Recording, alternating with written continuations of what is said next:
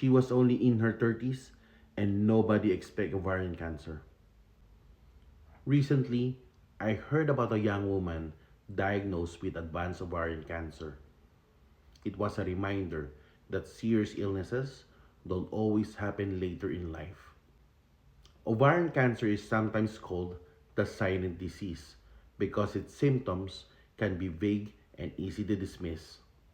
So watch out for these symptoms: persistent bloating, pelvic or abdominal pain, feeling full quickly when eating, frequent urination, and unexplained fatigue.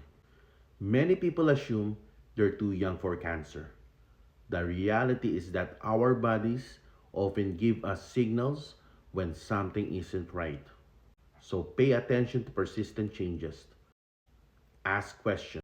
Seek medical advice when symptoms don't go away. Sometimes, listening to your body can make all the difference.